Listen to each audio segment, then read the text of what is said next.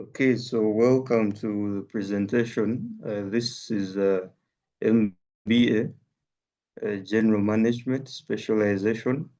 The presentation we're about to delve into is a product of a coursework assignment on public-private partnerships, or abbreviated as PPPs, which we will get to understand as time goes on. So uh, for this particular assignment, I myself and the group have chosen to deal with Kampala Waste Management Project. So before we get into the actual assignment, it is necessary that we understand what a public-private partnership is. So by definition, basically, this is a long-term contract between the public authority and the private party for development, financing, and operation of public infrastructure and services. What this means is especially focusing on the long-term contracts. In procurement, currently in Uganda, we operate traditional procurement as well as public-private partnerships. So traditional procurement has taken the course of having a shorter term contract, which maybe involves about 12 to 24 months of construction activities, after which we get into what is known as the defect liability.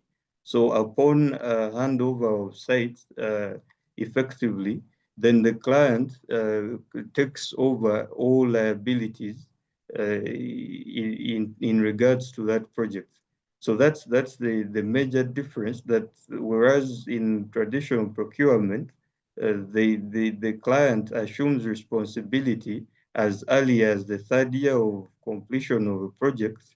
In public-private partnerships, it's a longer term. We are talking about 10 years or 20 or 30. In Uganda, we've had examples of Umeme, a concession that lasted 20 years. We earmarked another one, the Bujagali power station concession going up to 30 years. So that explains the difference between a public-private partnership and traditional procurement. So I've already name checked a few PPPs here and there, and then we are saying that the PPPs in Uganda are formally established under the Public-Private Partnerships Act 2015. This created the legal background or the legal framework that permits actors in Uganda to engage in this kind of activity or this kind of approach to infrastructure development. The key institutions to consider till date is the PPP committee. This directly oversees and approves all PPP projects that are supposed to be implemented in the Republic of Uganda.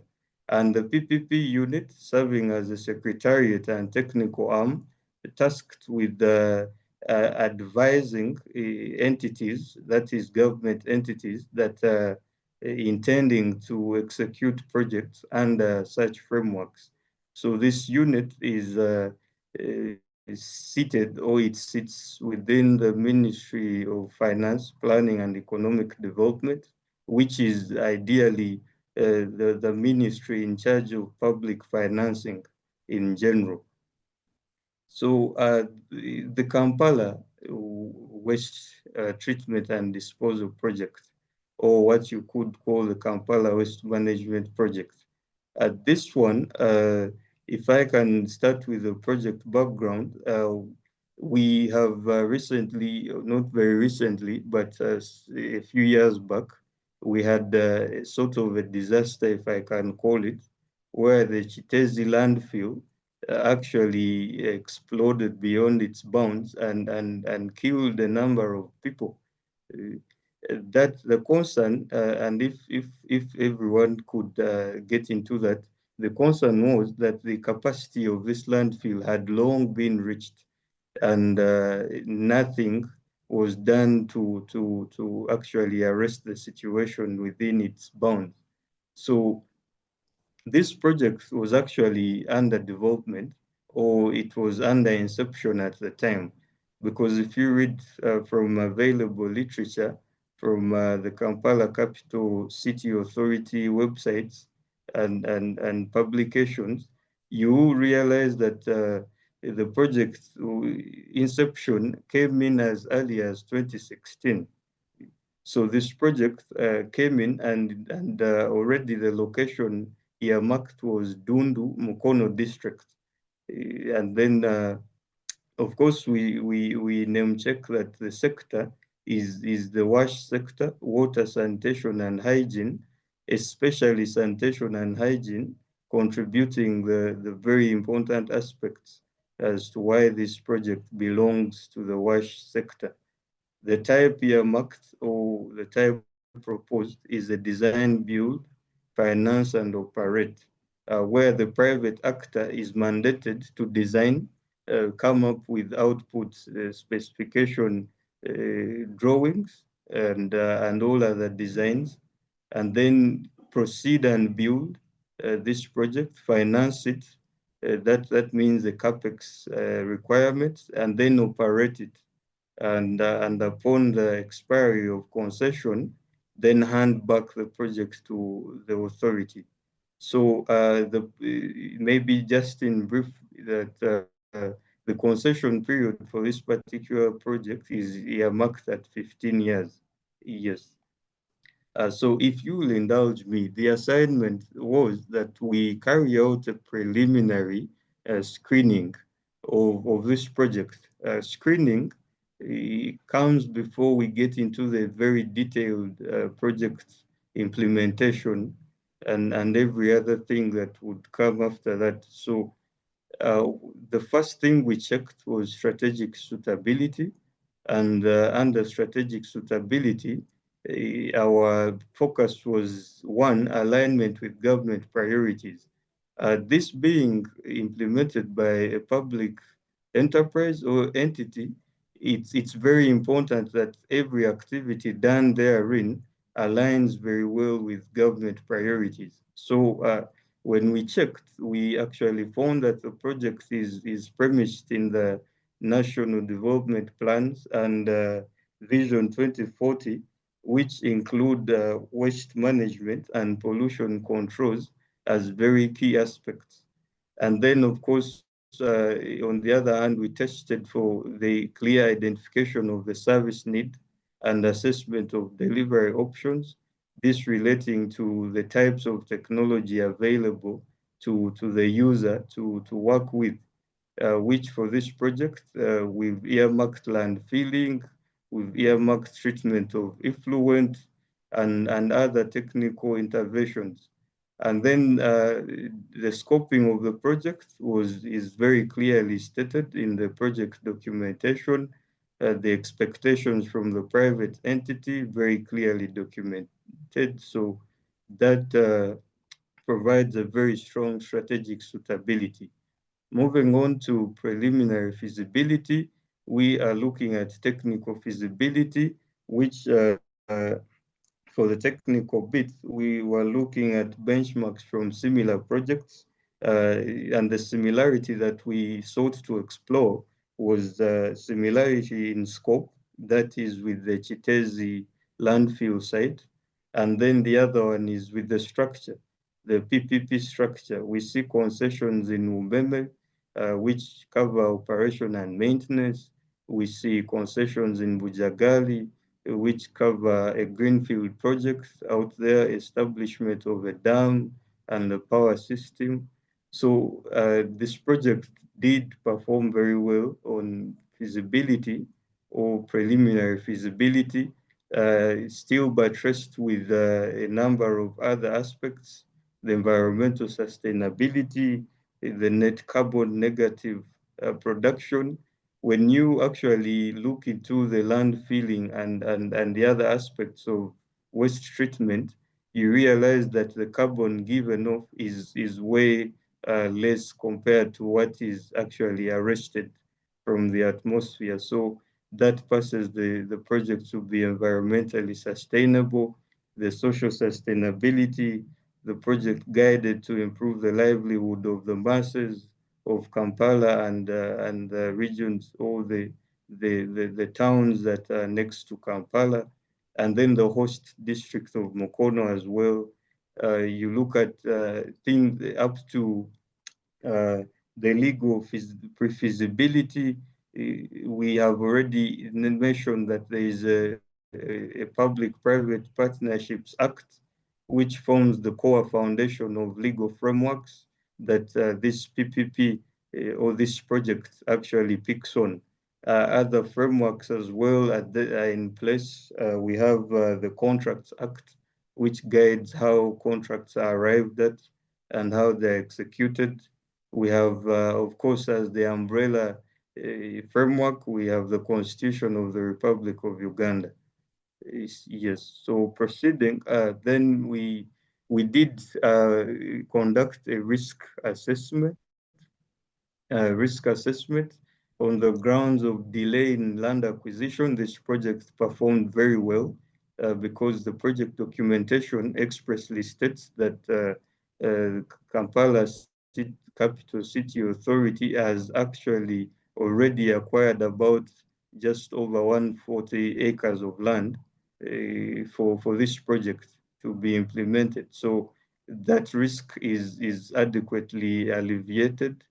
And then we have the financing risks. We have the design and construction risk. This is speaks more to the technology that the private actor is supposed to use. Has it been tested before? Is it commercially viable? And from our preliminary assessment, we actually find the risk has been adequately dealt with because this technology is not a new one. It's been implemented before in other projects that have been benchmarked for the designs uh, within and without the country. So we have an operations and maintenance risk, this relating to how easily the private actor can mobilize labor to get this work done.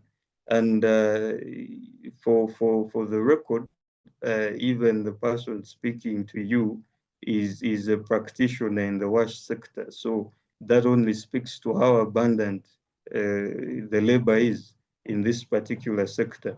So then we have a market risk and demand risk, this relating to the level of competition in waste management environments or waste management sectors. And as a group, we agreed that waste management is a preserve of the Kampala Capital City Authority.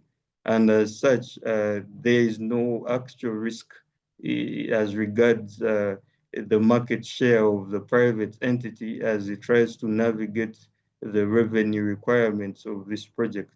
So that risk, this project is deemed to perform very well.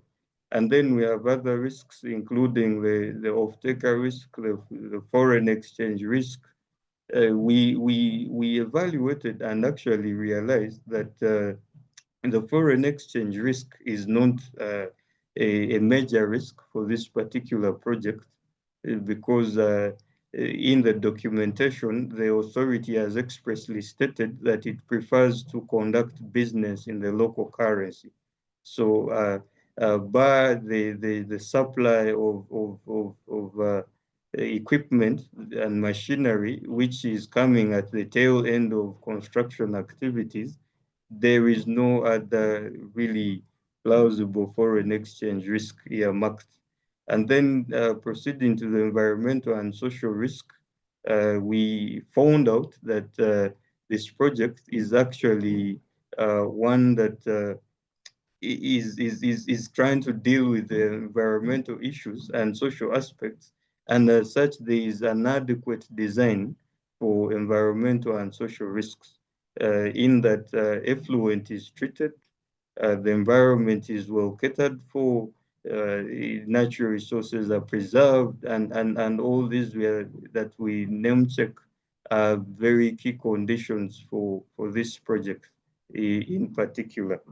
Yes, I will stop there for now and then invite my colleague to proceed. from there. Thank you. Right. Thank you so much, Albert, for taking us Maybe through before that you section. proceed, Mm. maybe before you proceed, I wanted to say something on the financing risk, the foreign exchange risk. Definitely, the equipments and the technologies are going to be imported. And during that importation, because I don't think we don't have that technology in Uganda, there's a bit of foreign exchange risk there. That is the only bit I wanted to add. Thank you. Right. Thank you so much. We can proceed now to the project PPP suitability. Of course, when it comes to PPP suitability, the two things that we want to consider is value for money assessment, and then in terms of market appetite. And the KCCA, looking at who is the public actor, what the benefit to them is, because performance payments are going to be linked to performance, therefore they stand to gain efficiency in terms of the value for money as the public actor. And when it comes to the private actor, what they gain to benefit is the significant risk is transferred to the public actor, because what you benefit from here is that the private actor is going to take over the design and the operations and management of activities. And then when it comes to the market appetite, the focus is on how waste management sector has attracted a number of private actors, especially in waste management and collection. I think an example that I can give is the number of actors that we have, especially startups. We have Mandulis Energy that is involved in the recycling of waste and processing it into biogas.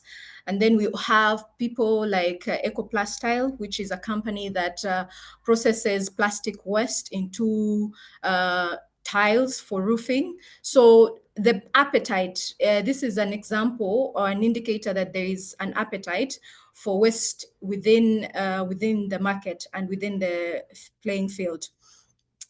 Moving on, when it comes to fiscal affordability, we are basically going to look at also two areas, which is the extent and the nature of the government fiscal support. To this, we think that the government has dedicated enough fiscal commitments, and we have done a thorough understanding of revenue projections, and over time there's been an estimate of what deficits and short runs should be covered by the public finance. So KCCA has done that, and we're able to see what part is going to be covered by the government and what part is going to be covered by the private sector. Then also, if we are going to be able to quantify the fiscal support, and in this case, we are looking at the annual payments and budgetary ceilings. Availability of these budgetary ceilings has been considered adequately and incorporated into the financial studies and evaluations to avoid overcommitting government resources. Then moving on, we are going to look at institutional capacity. So we are going to look at PPP, the PPP being able to, if KCCA has the capacity to be able to execute this. And from what we have seen, that they have engaged a valid transaction advisor, that is the International Financial Corporation, that is going to be helping in the process of ensuring that all elements of the transaction and everything within the PPP has been adequately prepared, and the risk has been adequately considered in this case. Then when it comes to the preparedness of the contracting agency for the project, we are looking at what kind of financial support that the authority has. And from what we've seen, it is fully, I think, prepared to back up the commitment for the government resources that it has to input. Then when it comes to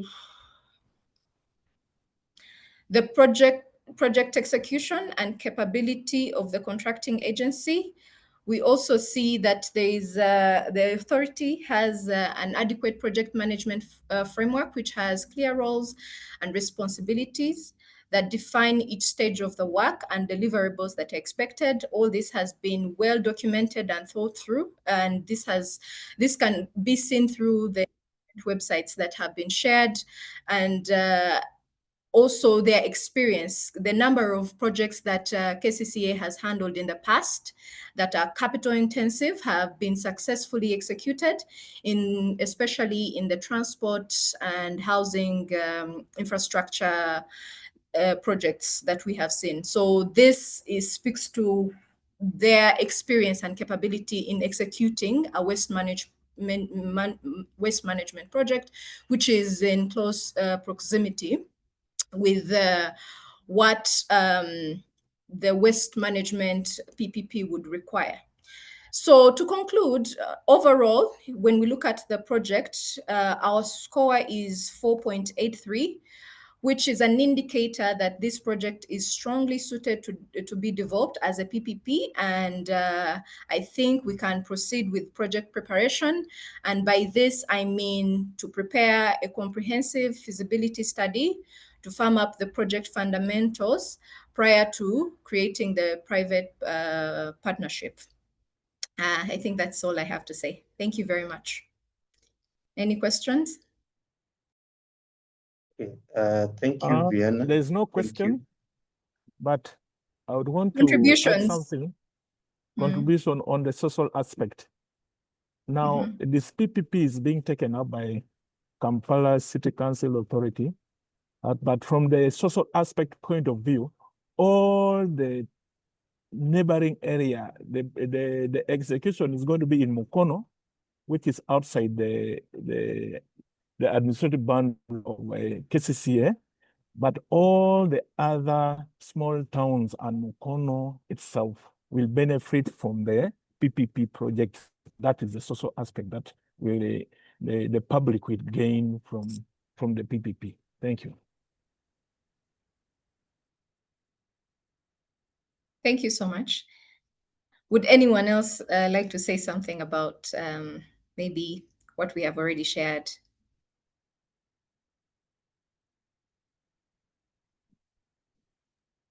Thank you, Vienna. And maybe just to conclude this presentation, for those that will get the chance to get into it, we have done some work around understanding what PPPs are and how they can be adopted and what purpose they play in the infrastructure development sectors.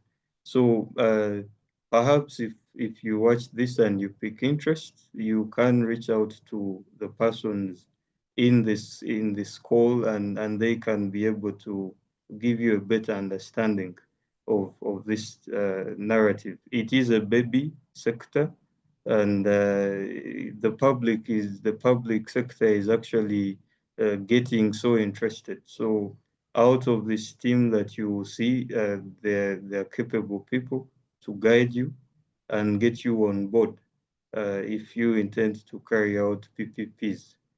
Thank you for your indulgence. We beg to stop this presentation, and then we can have a conversation later on.